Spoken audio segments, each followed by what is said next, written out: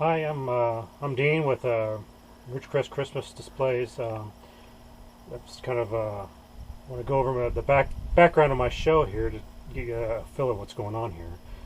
This is my show computer for this display. It kind of sits here, runs 24 hours a day, 7 days a week, and has I run Light-O-Rama, and there's a lot of programs out there. It just happens to be the one I chose, and it's connected through all the wires that go out to the show. So let's go out and take a look, see what's there.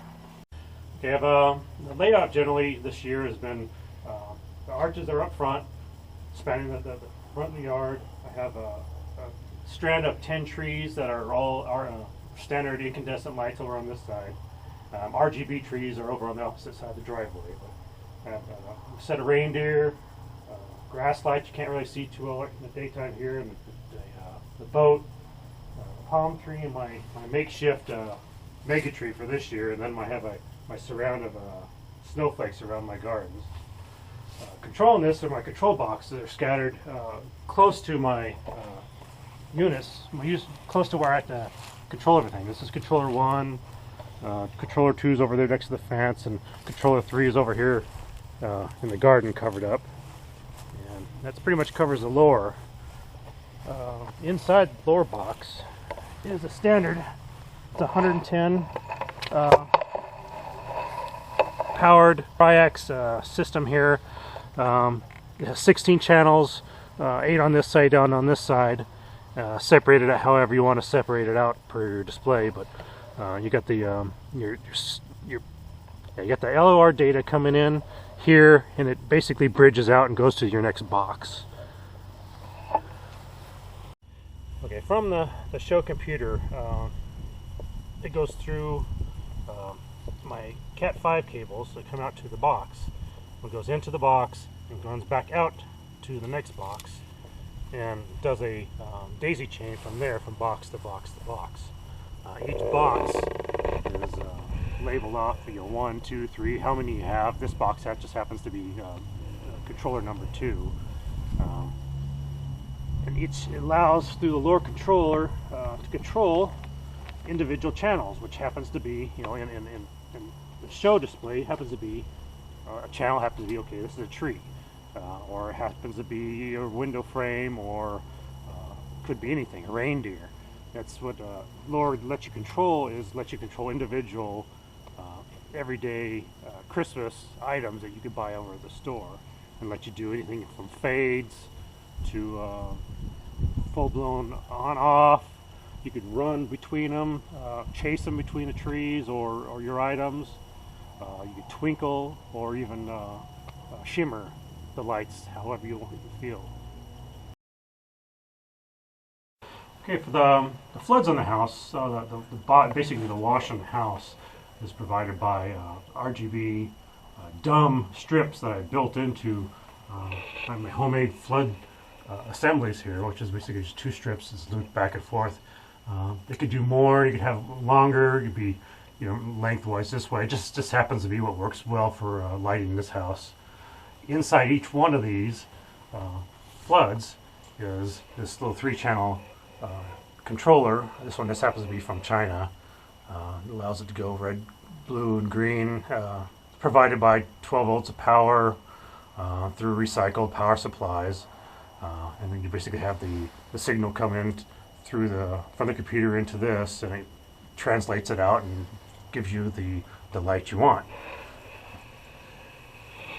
So the data for the DMX comes from the computer, and it goes through, in my case, a bridge, and the bridge comes out to my controllers. So let's go check that out. Okay, the computer sends out the data. I used to run it through Intech Pro, but it was way too slow for this system, so I had to switch it out. And now I am running a bridge. It's a 4-channel bridge run by a tiny little power supply, but it comes up into here. And I happen to only be running one universe off of the dumb pixels, but it comes out to here, the universe 1, and that goes back out to my floodlights. Okay, a universe is 512 channels of DMX broken down into segments so that you can more easily use and use the channel. Okay, you can more. Okay, this controller here runs 4 universes. Each universe has 512 channels on it, and each channel is separated off in our world into 3 colors: red, blue, and green. And in my case, for the universe 1, it runs a floodlight, which is the red, blue, and green. DMX also can be sent off through a different protocol, through E131. It's Ethernet, and it comes from the computer, happens to go through my Ethernet switch here, and it goes bridged off to each out of here to a different controller. This one happens to be my bridge that runs my DMX happens to go through Ethernet as well. So let's go take a look at my different controllers. Okay, for my window surrounds, I have these strung temporarily on garland here. This is a dumb node, which means the whole string of this all operates pretty much like a traditional Christmas string. They all do the same thing over and over, one to the bulb to another. They're all going to be doing the same thing. It just happens to be that I control the colors in it. And off the garland, it kind of looks like this. This one happens to be on a colored wire. Others come, you can get them black, you can get them just about anything you want, but this is a dumb node. You could do just about anything we can with these things. Like, for instance, we wrapped these around my old tomato cage trees. You can see the old lights here. I'm not using them anymore. I just happened to leave them on the thing, but same thing. You just wrap them around, looped around the tree, fasten them up, and you could do anything from the trees. You could do put them on reindeer. You could pretty much do anything with these that you want to do with regular Christmas lights. Okay, unlike my floods where I put the controller with the lights themselves, these trees I happen to centralize all the controllers together. These controllers I put temporarily into a box mounted to the roof.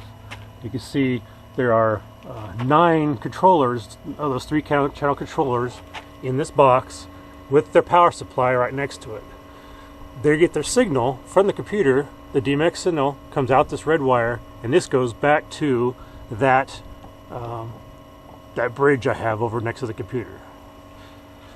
So with that, I have now several trees here now that they're all controlled by DMX individually. I could do sweeps of them back and forth, twinkles, whatever you want. But the added benefit now is I can change the color of each individual tree per how I want. I could have this tree red, this tree green, this tree blue, or any combination of any colors I want to, all by this system. Now, for my roof line, it happens to be run through the system here, which is, you can see the power supply I have mounted in the box, and it goes through this Jacobs ECG P2 controller. That controller has 8 universes in it. I just happen to be using just 2 of them for the roof line, and it runs out this box out to my pixel. Good. The job of the controller is to change the DMX data into information that the individual pixels can understand. This one just happens to be a 2811 square back. The voltage is changed, it doesn't matter on that, but it takes the information down the line. Say I send out 40 commands down this line. The first pixel is going to take the first set of batch of data, use it, and it's going to send off the 39 down the line to the next pixel. You can see the line, it travels in a certain direction, and it goes through the little chip. I don't know if you can see it inside this casing, but the little black chip right inside here, that's actually the workhorse of this little pixel here.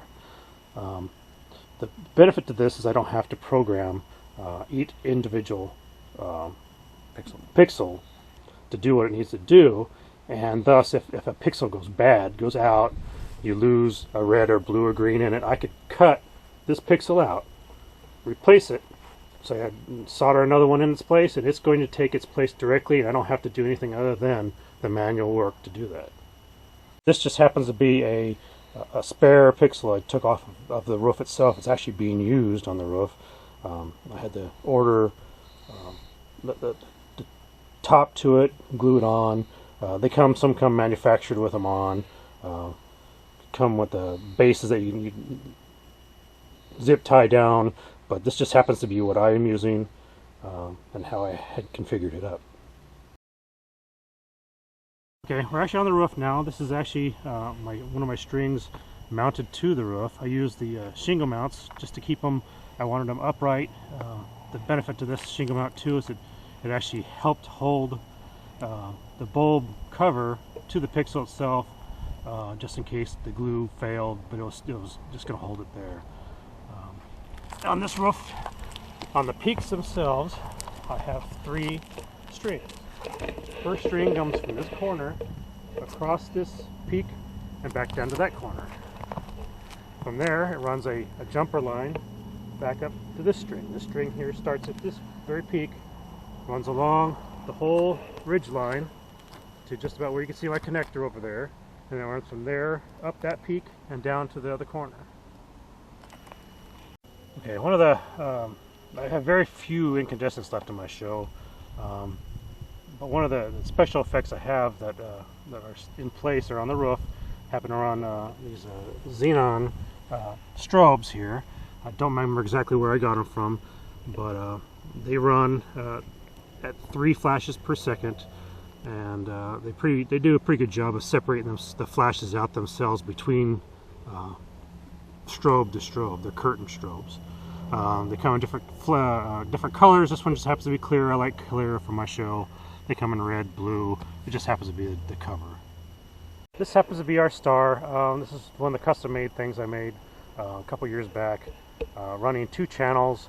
They happen to be LEDs. The star is a Bethlehem star, but it's also referred to as a Holdman star in the light display industry due to a pretty infamous guy who made his house with one of these. Okay, my arches, I'm running it through, my controller happens to be mounted out here right next to it, and it goes out through my pixels along the arches. Each arch, you can see my other video, I'll reference to it. It runs from one all the way to the end of the other arch down there at the very end. Just want to kind of hit on this. This is a display here. This is my son, 12-year-old son. He kind of likes to maintain this thing. It's pretty old. It's a couple years old now, and it's had repairs, but it's his favorite thing he likes to see out here. So hope you enjoyed the walkthrough on this display.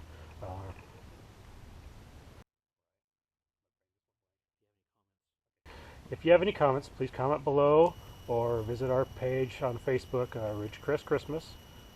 Again, thank you for visiting and watching this show.